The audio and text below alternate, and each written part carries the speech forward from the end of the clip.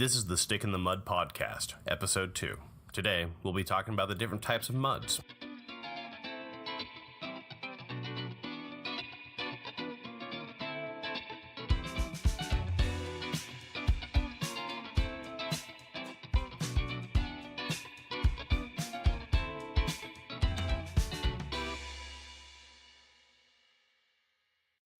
Hey everyone, welcome to Stick in the Mud podcast. I'm your host, Tark.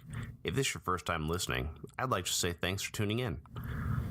The Stick in the Mud podcast is released once a week on Wednesdays, and notes for the show can be found at www.stickinthemudpodcast.com.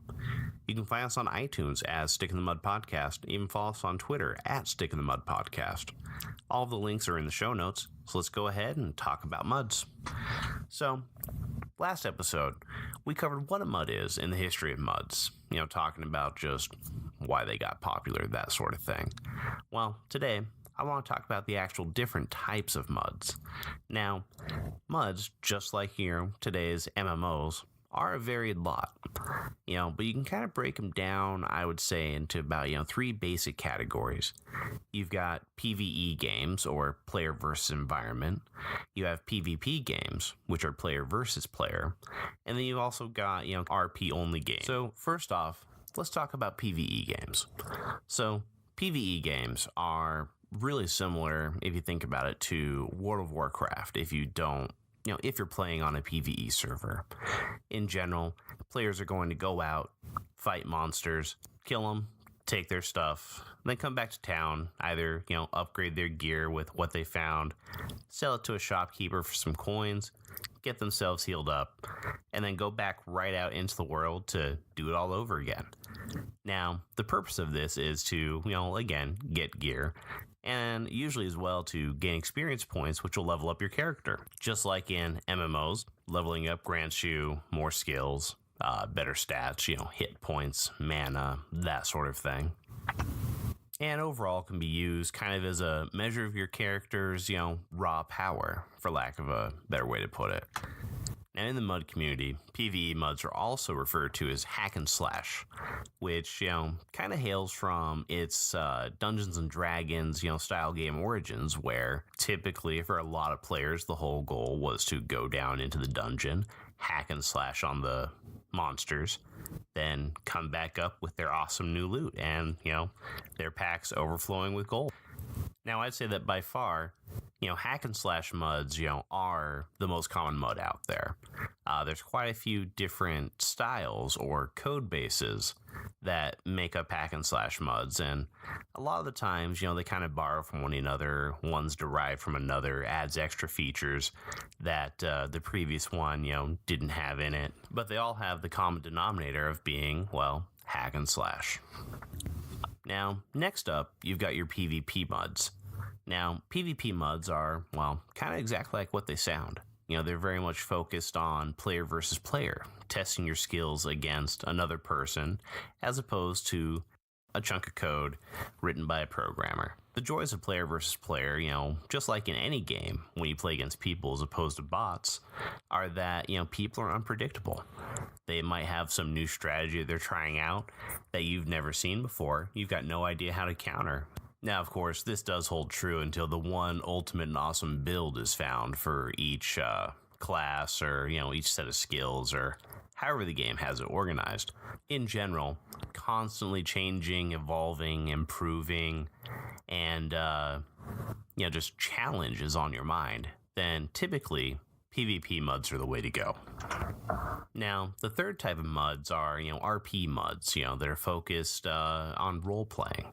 Role-playing being, sitting down and getting into a role. Instead of being, for instance, me just being Tark, the podcast host, I'd go into a game and I'm Tark, the mighty warrior from Wormguard Keep, whose goal is to avenge the death of his father at the hand of the evil serpent. And, that's a super generic character, of course, just an easy one to come up with off the top of my head.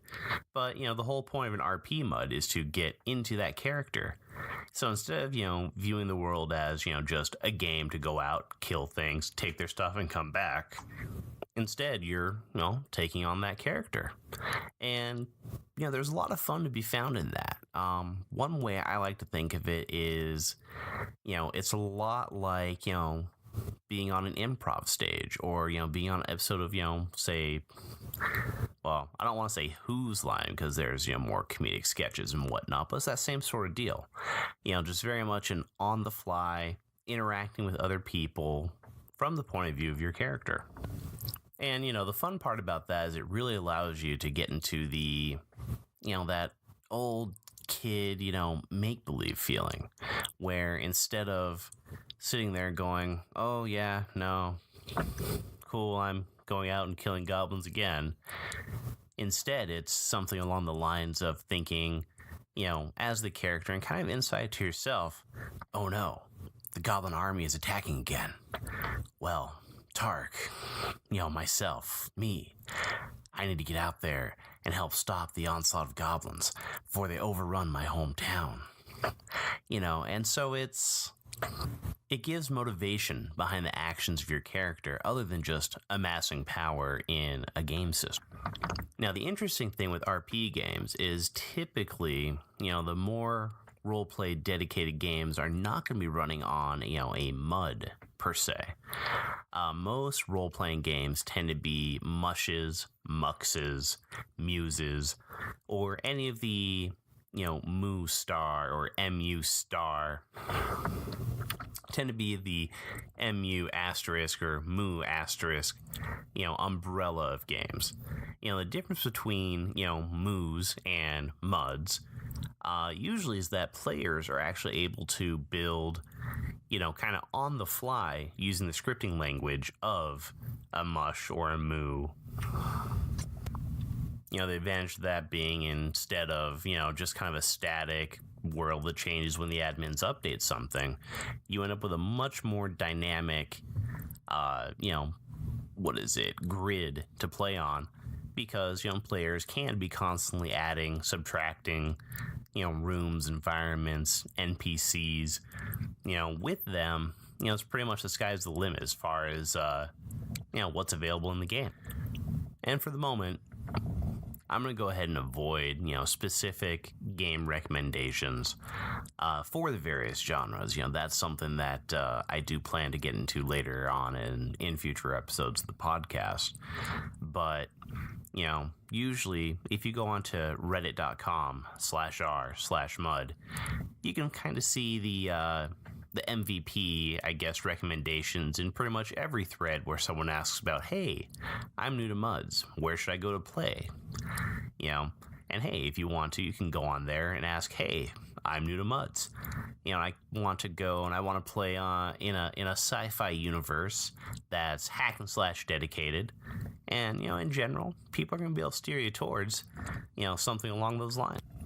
Now, where it gets really interesting is when games, blend 1, 2, 3, or more of the kind of MUD subtypes together. A lot of PvP games out there also tend to have hack and slash, elements as well. Because instead of just leveling up purely through PvP, you can go out, kill monsters and stuff, and power yourself up that way before you decide to start taking on, the folks that have already been on the game, playing and building their skills and power through both PvE as well as PvP. And the same thing goes for hack and slash combined with roleplay, giving yourself, motivation for why your character is going out there and, killing the orcs again. And then even PvE games can have roleplay aspects as well. If you're fighting for the Army of Light and the guy across the world from you is fighting for the Army of the Dark, well, there's your motivation for deciding, hey, I don't like that guy because, well, he fights for everything that I stand against, so I'm going to go ahead and take him down.